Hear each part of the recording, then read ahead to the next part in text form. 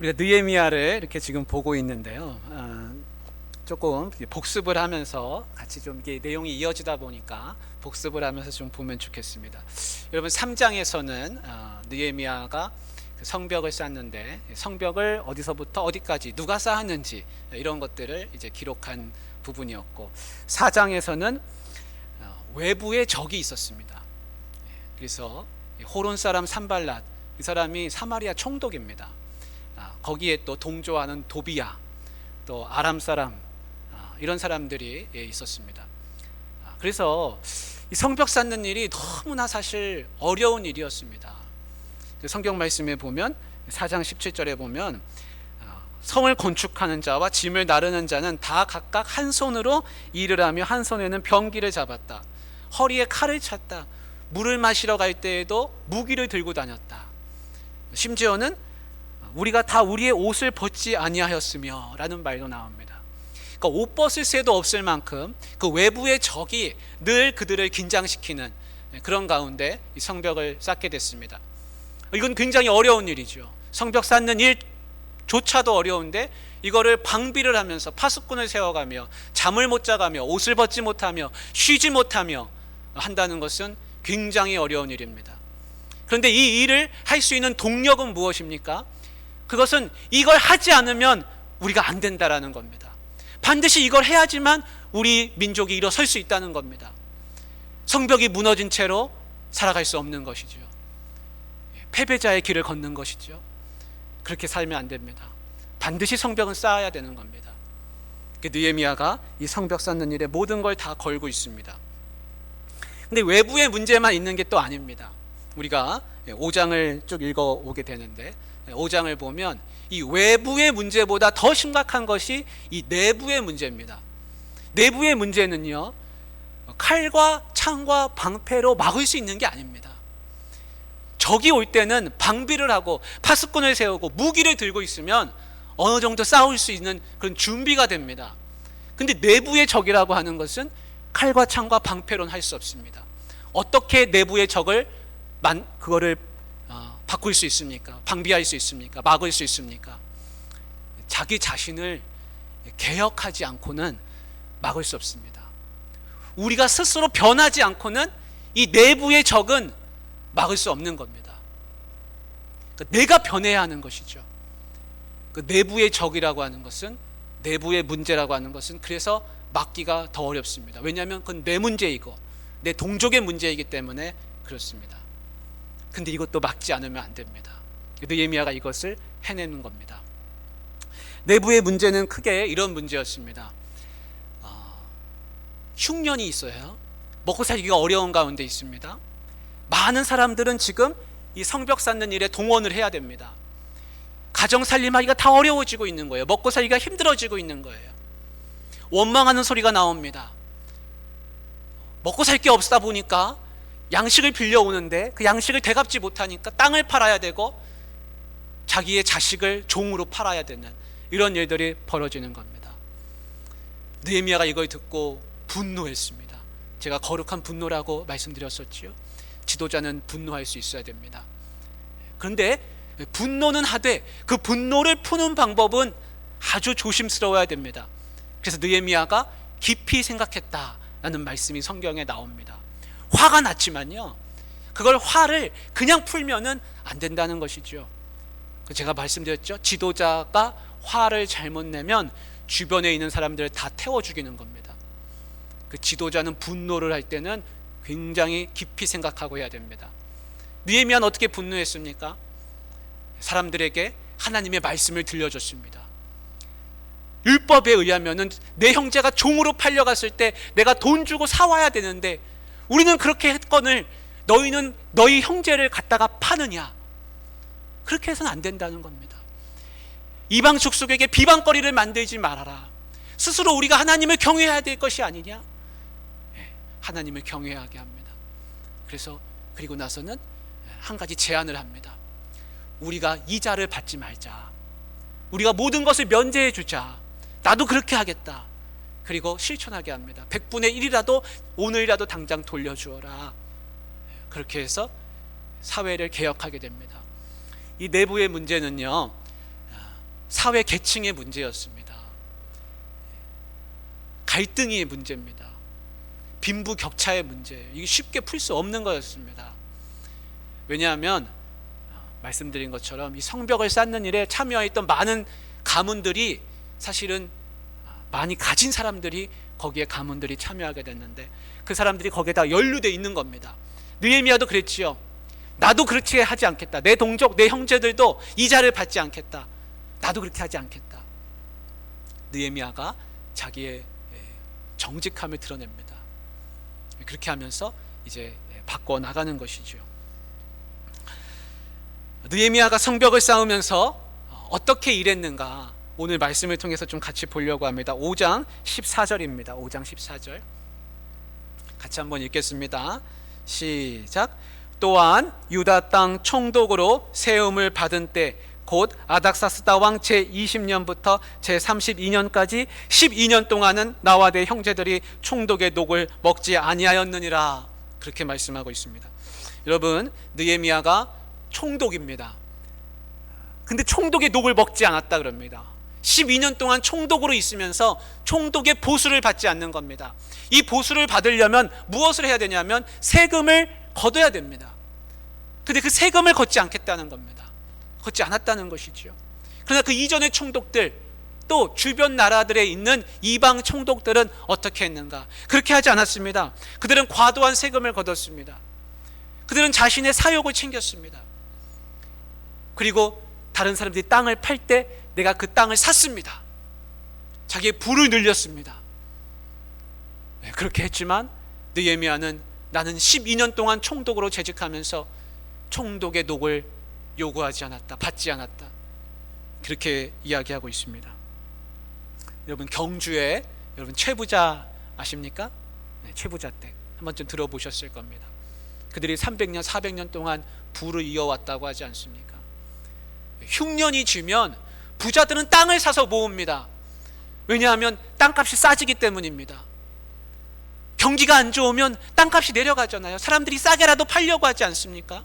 먹고 살아야 되니까 땅값이 내려가는 것이죠. 그럴 때 많이 가진 사람은 기회가 됩니다. 야, 딴 때보다 더 싸게 살 수 있구나. 땅을 많이 사서 모으는 겁니다. 그런데 경주의 최부자 댁은 흉년에는 땅을 사지 않는 것이 그들의 철칙이었습니다. 왜냐하면 부를 쌓는 게 목적이 아니라 같이 더불어 살아야 하는 게 그들의 부의 목적이기 때문에 그렇습니다. 내가 아무리 많이 쌓아놓으면 무엇하겠습니까? 내 옆에 있는 사람들이 굶어 죽고 있다면 그것은 아무 소용이 없는 것이지요. 느헤미야도 마찬가지입니다. 그래서 거룩한 사람, 정직한 사람, 그런 부자들은요 흉년에 땅을 사서 모으지 않습니다. 느헤미야가 그렇게 했습니다. 느헤미야는 세금을 걷지 않고요, 땅을 사지 않았고, 그리고 헛된 것을 요구하지 않았습니다. 느헤미야가 그렇게 정직하게 할 수 있었기 때문에, 정직했기 때문에 이 성벽을 쌓는 일에 앞장섰기 때문에 이 일을 할 수가 있었습니다. 느헤미야가 다른 것으로 많은 것을 챙기고 있었다면 사람들이 따라오지 않았을 것이에요. 여러분, 우리는 어떻게 해야 되겠습니까? 우리 성도들은 어떻게 해야 되겠습니까? 우리들은요, 내가 부자냐 부자 아니냐 이걸 떠나서요, 내가 다른 사람을 생각할 수 있는 마음이 있어야 됩니다. 내 마음 속에 나와 함께 더불어가는 사람들, 나와 함께 신앙생활에 가는 사람들, 이 사람들에 대한 마음이 있지 않으면 나 혼자 신앙생활 잘하면 되지, 나 혼자 믿음생활 잘하면 되고, 나 혼자 잘 먹고 잘 살면 되지, 나 혼자 복을 누리면 되지, 그렇게 흘러갈 수밖에 없습니다. 그러나 신앙생활은 그렇게 하는 게 아니에요. 느헤미야와 같이 믿음의 선조들, 깨어있는 사람들은 정직했습니다. 그런데도 신기한 것은요, 하나님이 다 먹여 살렸다는 겁니다. 여러분, 먹고 사는 문제는요, 내가 쌓아놓은 것으로 먹고 사는 게 아니라는 것을 여러분 기억해 주시길 바랍니다. 하나님이 주시는 것으로 사는 겁니다. 믿음으로 살아가는 겁니다. 느헤미야는 그런 믿음이 있어요. 그래서 자기의 것을 희생하며 자기의 권리를 포기하면서 그 총독을 직을 수행하는 겁니다. 요한복음 10장 12절 13절 말씀 한번 같이 한번 읽어보겠습니다. 화면에 있는데요. 한번 보여주세요. 요한복음 10장 12절 13절 같이 읽습니다. 시작. 삭구는 목자가 아니요 양도 제 양이 아니라 이리가 오는 것을 보면 양을 버리고 달아나나니 이리가 양을 물어가고 또 해치느니라. 달아나는 것은 그가 삭군인 까닭에 양을 돌보지 아니함이다. 이렇게 말씀하고 있습니다. 여러분, 은혜로 살지 않는 사람은 어떻게 되는지 아십니까? 은혜로 살지 않는 사람은 삭군입니다. 여러분, 은혜로 사는 사람하고 삭군하고 차이점을 말씀드릴게요. 삭군은 이리가 오면 도망갑니다.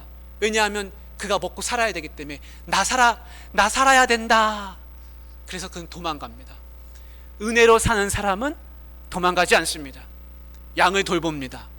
왜냐하면 삭군이 아니기 때문에 그래요. 제가 삭군이면 어떻게 될까요? 제가 삭군이면 교회에서 받는 만큼 일합니다. 제가 삭군이면 교회에서 받는 대로 일하는 거예요. 아, 교회에서 나한테 이렇게 해주시는구나. 그러니까 나는 이렇게 해야지. 삭군 되는 겁니다. 제가 삭군 안 되려면 어떻게 해야 되죠? 받는 거 따지지 말고 일해야 됩니다. 무엇을 보고 일해야 되죠? 은혜를 따라 일해야 됩니다. 받는 걸 따라 일하면 삭군 되는 것이고, 은혜를 따라 일하면 하나님의 종이 됩니다. 저만 그런 게 아니에요. 여기 앉아 계신 여러분도 마찬가지입니다. 내가 교회에서 나한테 이렇게 대우해 주니까 내가 이렇게 봉사 요만큼만 해야지. 내가 받는 만큼 해야지. 삭군입니다. 그러나 하나님이 나한테 은혜를 주시는구나. 나는 하나님의 은혜를 사모하며 일해야지. 그런 사람은 하나님의 종으로서 일하는 겁니다. 같은 봉사를 해도요, 삭군 되면 안 됩니다. 삭군 되면요, 그럼 나중에 도망가요. 은혜를 따라 일하는 사람은 그 은혜를 사모하기 때문에 남이 알아주든 못 알아주든 거기에 개의치 않습니다. 어디 가든지 마찬가지예요. 사업을 해도, 장사를 해도, 사무실에서 일을 해도, 내 가게를 해도 삭군처럼 일하는 사람은 크지 못합니다. 복이 없습니다. 그러나 하나님의 은혜를 따라서 일하는 사람은 하나님이 복을 부어주세요. 하나님이 그 사람을 크게 하십니다.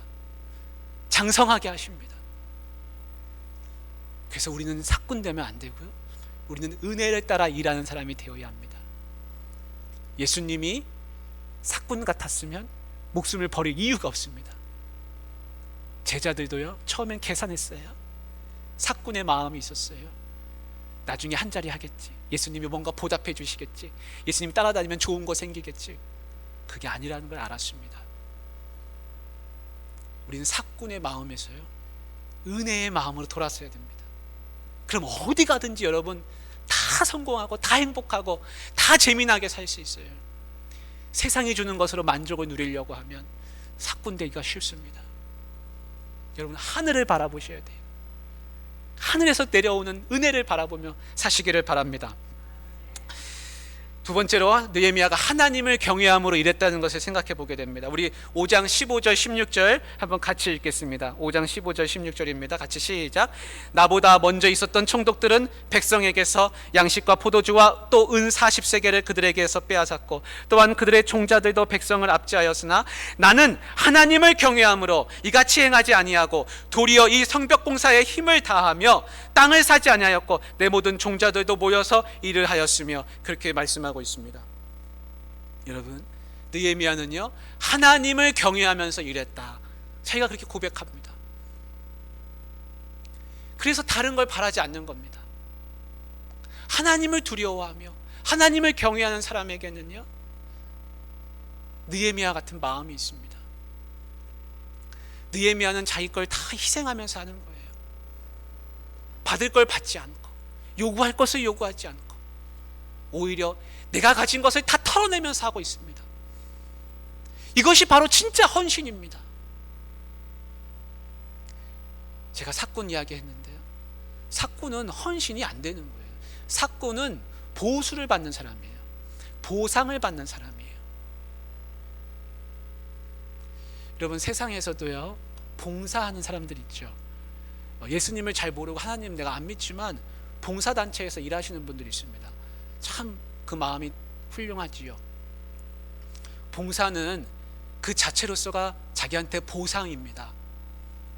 내가 이거 봉사한다고 아무도 알아주는 사람 없어요. 세상 사람들도 그래서 그 봉사의 기쁨을 알기 때문에 합니다. 남은 알아주지 않지만 내가 이 봉사하면서 생기는 그 기쁨 때문에 일을 합니다.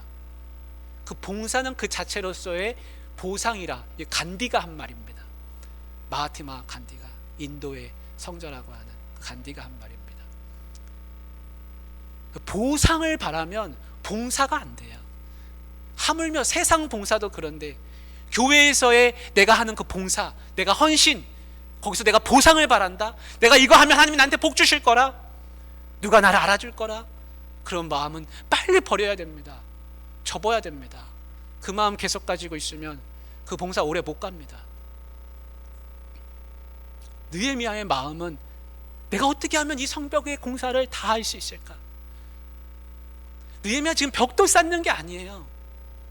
이 공동체를 바꾸는 겁니다. 완전한 개조입니다. 그래서 사회개혁도 하고 계층의 갈등도 풀고 빈부격차도 해소시키려고 하고 자기한테 해가 되는 걸 압니다. 그런데도 그 일을 하는 이유는 공동체의 온전한 회복, 하나님 백성의 회복에 있기 때문에 그렇습니다. 그래서 이것이 나중에 종교개혁까지 나가는 것이죠. 나중에 이제 그런 말씀들이 또 나올 겁니다. 여러분, 이 성벽공사는요 반드시 해야 되는 겁니다. 우리 교회는요 반드시 성벽공사를 해야 돼요. 반드시 성령 충만해야 돼요. 성령 충만함으로 벽돌을 쌓아가야 됩니다. 그러면 다 살아납니다. 가정도 살고요. 느헤미야 같은 마음이 있으면 가정이 무너지지 않아요. 교회가 무너지지 않습니다. 다 살아납니다. 그래서 우리 느헤미야를 지금 배우고 본받으려고 이러고 있는 겁니다. 박성수라는 그 회장님 여러분 혹시 아십니까? 이랜드 그룹을 만드신 분이 박성수 회장님이시죠. 박성수 회장님이 그 회사를 경영할 때 IMF가 왔습니다. 우리나라 기업들 다 망했잖아요. 그때 이랜드도 박성수 회장님의 이 그룹도 다 망해갈 위기에 처했습니다. 부도 날리기 직전입니다. 빨리 뭔가 어디서 자금이 들어와야 됩니다. 근데 외국인 투자자가 우리나라 미국 돈으로 5억 불, 5억 달러 큰 돈을 가지고 우리나라에 투자하러 왔습니다. 그래서 회사를 다 둘러보는 거예요. 근데 투자를 안 합니다. 딱 한 군데 투자했습니다. 이 박성수 회장의 회사만 투자를 했습니다. 5천 불을 투자한 거예요. 큰 돈을. 그래서 이 박성수 회장이 그분한테 물었다 그럽니다. 아니 왜 지금 한국 기업 다 망해가고 다 너무나 값이 싸졌는데 왜 그렇게 돈을 들고 있으면서 왜 기업을 사지 않습니까? 지금 기업을 살 때입니다. 그렇게 이야기했다는 거예요. 근데 외국인 투자자가 뭐라고 했는 줄 압니까? 사고 싶답니다. 사고 싶어가지고 회사마다 돌아다니면서 장부를 다 본대요. 어떻게 회계가 됐나? 그 놀라운 게 뭐냐면 제대로 회계장부가 있는 데가 없다는 겁니다. 다 이중장부를 만들어 놔가지고 다 숨겨놔가지고 믿을 수가 없으니 돈이 있어도 돈을 쓰고 살 수가 없다는 겁니다. 근데 당신의 회사는 너무나 회계가 잘 되어 있어서 정직해서 이중장부가 없어서 그래서 살 수 있었다는 겁니다. 마음대로 와서 내 마음대로 돈 주고 사고 싶어도요 정직한 회사가 없어서 투자를 못하는 겁니다. 그런데 박성수 회장님이 책에서 고백했습니다. 지금까지 회계장부 정직하게 해가지고 세금 제대로 내느라고 많이 고생했는데 정직하게 해가지고 손해보는 줄 알고 기업 경영했는데 나는 정직해서 살아났다는 겁니다. 정직해서 망한 게 아니라 결정적인 순간에는 정직해서 살았다는 겁니다. 여러분, 느헤미야가 그렇습니다. 느헤미야가 자기의 권리는 다 포기했어요. 그리고 사람들에게 말하기를 우리가 이자 받지 말자. 나부터 그렇게 하지 않겠다. 느헤미야는 정직했기 때문에 이 일을 수행할 수가 있습니다. 우리 성도는요, 이 땅의 것으로 살면 정직할 수 없어요. 숨기게 돼요. 감추게 됩니다. 어떻게 하면 내 것을 더 많이 챙길 수 있을까? 그런데 하나님의 사람은 정직하니까 사는 거예요. 하나님이 복을 주시니까 사는 겁니다. 그렇게 살아나게 됩니다. 성도는요, 이 땅의 것으로 살려고 하면 쓰러지고 망하고 시험 걸려 넘어집니다. 유혹당합니다. 시험에 빠집니다. 올무에 빠집니다. 사탄의 계략에 넘어집니다. 근데 하나님의 은혜로 살려고 하면 다 살 수 있습니다.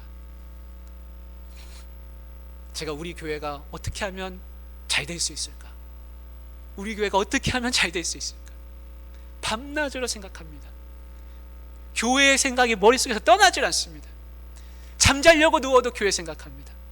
밥 먹을 때도 교회 생각합니다. 24시간 교회를 생각하고 있습니다. 여러분 마음속에도 그런 마음이, 느헤미야와 같은 마음이 있길 원합니다. 반드시 살 수 있어요. 잘 될 수 있어요. 가정도 살고 교회도 살고 모든 일이 순탄할 수 있습니다. 하나님이 그것을 원하세요. 근데 어떤 사람을 통해서요? 느헤미야 같은 사람들을 통해서, 느헤미야와 같은 사람들을 통해서 성벽이 쌓여지는 겁니다. 공동체가 세워지는 겁니다. 다 일어서게 됩니다. 회복의 역사가 일어납니다.